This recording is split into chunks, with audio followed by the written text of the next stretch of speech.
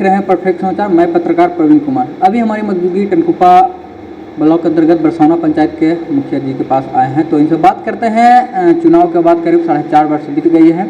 अभी तक इन्होंने क्या किया, पंचायत में विकास के काम किए हैं और क्या काम अभी जो बीते कुछ दिन बचे हैं 6 महीने उसमें क्या करेंगे। मुखिया जी, सबसे पहले मेरे चैनल में आपका स्वागत है। अभी तक मुखिया जी 4.5 वर्ष हो गए, अभी पंचायत में क्या क्या काम हुआ है?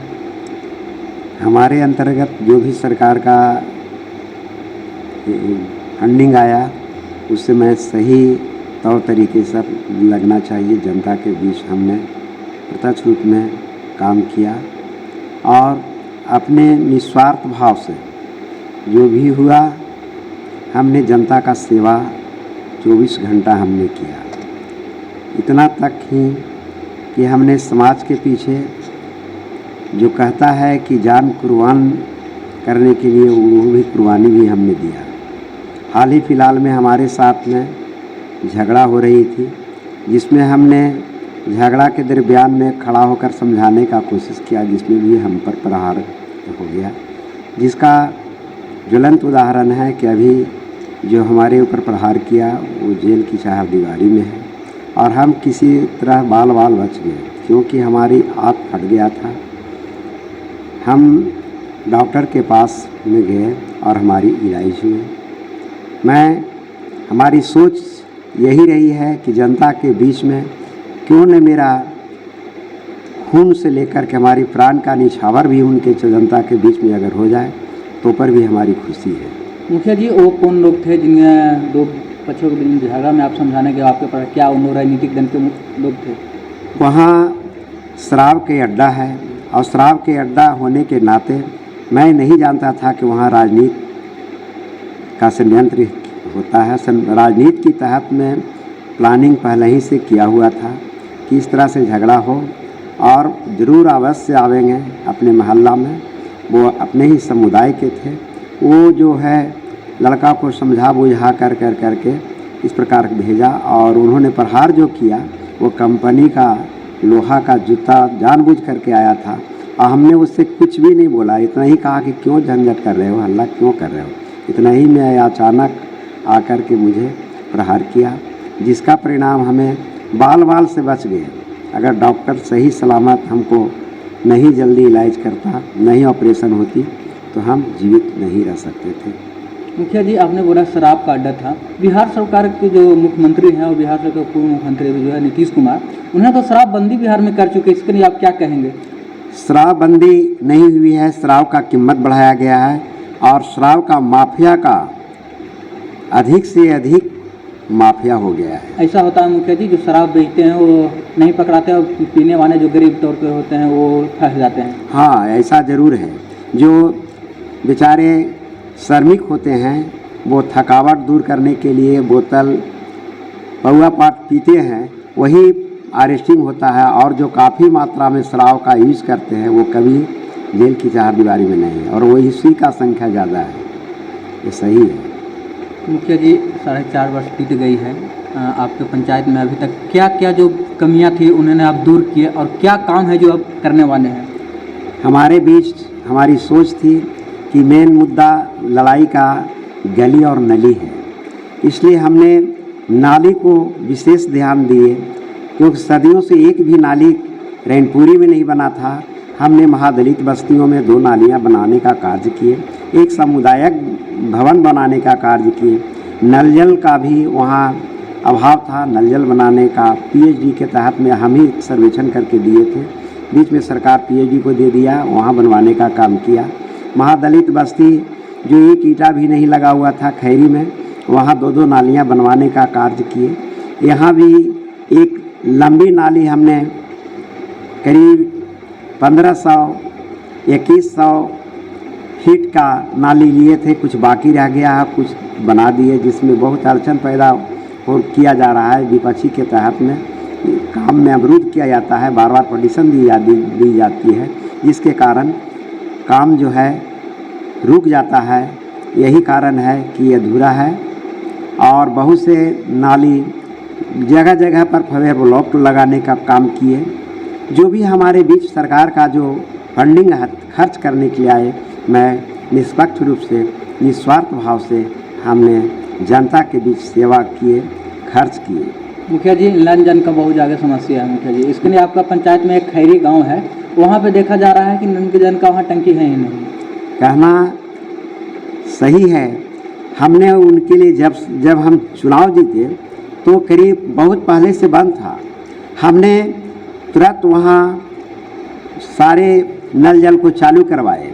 चालू कराने के दरमियान में जो है हमने घर घर पानी पहुँचाने का काम किया, लेकिन दुर्भाग्य कहिए कि जो एक जगह पानी जो है इसे उन्होंने टोटी अगर टूट गया तो टोटी नहीं लगाया, जिसके कारण से पानी राजनीति के तहत से बंद करवा दिया गया।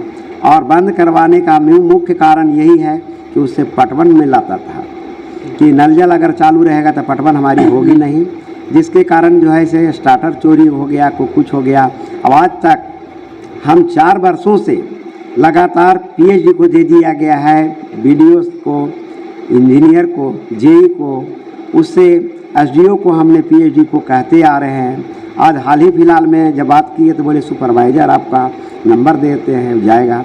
हाल फिलहाल में सुपरवाइज़र वहाँ गया और क्या किए या नहीं किए 2-4-10 दिन के अंतराल में हमें मरम्मत किया जाएगा। एक दिन गए थे और मरम्मत का कार्य वो करने के लिए कहा गया है और अभी बता नहीं सकते हैं, 2-3 दिन पहले हम नहीं।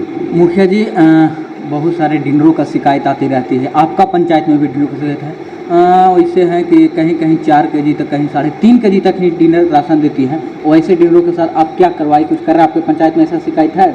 हमने स्पष्ट रूप में एमओ को बुलाए और एमओ को हमने कहा, लिखित के रूप में दिया और कहे कि एमओ साहब थोड़ा सा डीलरों पर कार्रवाई कीजिए, इसलिए कि 5 किलो सरकार देती है तो उसमें 4 किलो क्यों, 3.5 किलो क्यों? इस विषय वस्तु पर काफ़ी उन्हें एमओ को हमने कहे और वैसा डीलरों को उसे जांच पड़ताल किया जाए, सुधार करवाने की कोशिश किया जाए। ये नहीं कहते हैं कि उनकी रद्द किया जाए, लेकिन इस पर एमओ जो है हमारी बातों को कुछ भी नहीं ध्यान दिया, जिसके कारण से मैं उनका खिलाफ करना भी हम यही समझे। डीलरों को जो कहते हैं तो बोलते हैं क्या करें, हमारा जो है डीलरों का जब शिकायत जाती है, हम किसी जनता करती है तो बोलती है ऊपर से। तो मैंने आपका कहने का मतलब है जब एमओ के पास लिखित शिकायत दिए, कार्रवाई नहीं, इससे आप साफ सही होता है कि एमओ का भी इसमें मिली भगत है। हाँ, मिली भगत है, इसीलिए डीलरों को मनमानी चल रही है। और ख़ास तौर पर यही कहता है कि हमारा समझ है कि कुछ नौकरी है, सरकार ने पैसा नौकरी के रूप में देने के लिए बोला, वो नहीं देता है तो हम क्या करें। मुखिया जी, आपके पंचायत में मनरेगा के तहत क्या क्या काम हुए और वृक्षारोपण का कार्य आपने कितना पेड़ लगाया अपने पंचायत में?